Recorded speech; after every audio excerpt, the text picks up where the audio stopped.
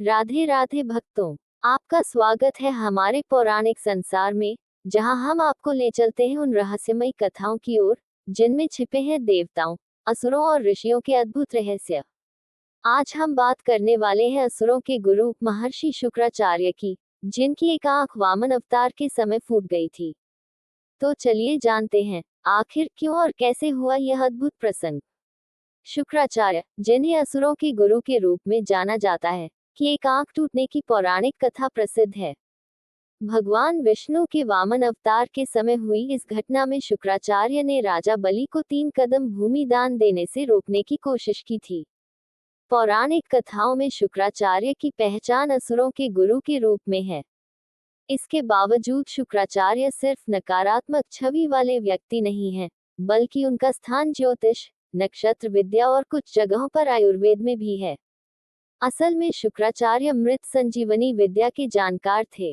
महर्षि भृगु के पुत्र के रूप में जन्म लेने वाले शुक्राचार्य को भार्गव कहा जाता है। उनके बचपन का नाम उष्णा था। इसके अलावा काव्य शास्त्र में रुचि के कारण ही वह कवि भी कहलाए। शुक्राचार्य को एकाक्ष भी कहा जाता है, क्योंकि उनकी एक आंख फूट गई थी। एक आंख के कारण भी शुक्राचार्य की छवि नकारात्मक रही है, लेकिन उनकी एक आंख कैसे फूट गई, इसकी भी एक कथा है।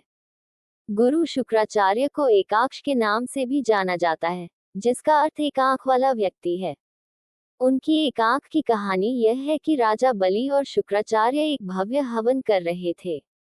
उस धार्मिक स्थल पर भगवान विष्णु वामन अवतार में पहुंचे और 3 कदम भूमि दान के रूप में मांगी। ऋषि शुक्राचार्य को एहसास हो गया कि यह वामन ब्राह्मण खुद भगवान विष्णु हैं।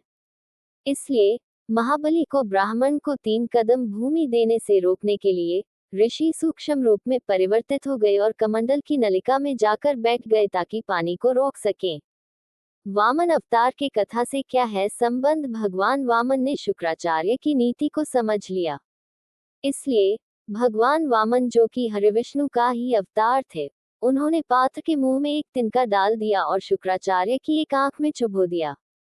तिनका चुभने के दर्द से शुक्राचार्य बाहर आ गए, जिससे पानी बह गया और बलि ने दान का संकल्प पूरा किया।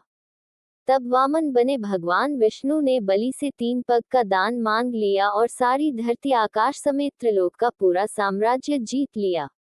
इसके बाद बलि को पाताल लोक में स्थापित किया गया। इस घटना से शुक्राचार्य की एक आंख फूट गई और बाद में वे एकाक्ष के नाम से जाने गए। शिवजी के पेट में रहकर की तपस्या। शुक्राचार्य को उनका शुक्राचार्य नाम कैसे मिला, इसकी भी एक अलग कथा है। एक बार असुरों और भगवान शिव के गणों के बीच युद्ध हुआ। नंदी शिवसेना के सेनापति थे। वह भगवान शिव के पास सहायता के लिए गए। जब भगवान शिव को संजीवनी मंत्र के दुरुपयोग का पता चला, तो उन्होंने शुक्राचार्य को निगल लिया और उन्हें अपने पेट के अंदर रख लिया। असुर गुरु भगवान शिव के पेट में हजारों वर्षों तक रहे और बाहर निकलने का रास्ता खोजते रहे, लेकिन वह विफल रहा। तब उन्होंने पेट के भीतर ही समाधि लगा ली और शिवजी की तपस्या करने लगे। शिवजी ने दिया क्षमादान। भगवान शिव ने ऋषि की भक्ति देखकर उन्हें क्षमा किया और उन्हें वीर्य शुक्र के रूप में बाहर निकाल दिया। इसी कारण महर्षि का नाम शुक्राचार्य पड़ा। चूंकि ऋषि शिव के जन्नांगों से बाहर आए, इसलिए वे भगवान शिव के औरस पुत्र भी कहलाए। यहाँ ये बता देना जरूरी है कि भृगु के पुत्र का नाम उष्णा ही था, जिन्हें शिवजी से संबंधित इस घटना के बाद ही शुक्राचार्य का नाम मिला। अगर आपको शुक्राचार्य की यह रहस्यमयी कथा पसंद आए हो, तो वीडियो को लाइक करें, शेयर करें और हमारे चैनल धार्मिक कहानियां 2.0 को सब्सक्राइब करें, ताकि आपको ऐसी ही और अद्भुत पौराणिक कथाएं सबसे पहले मिलें। जय श्री विष्णु, जय महर्षि शुक्राचार्य।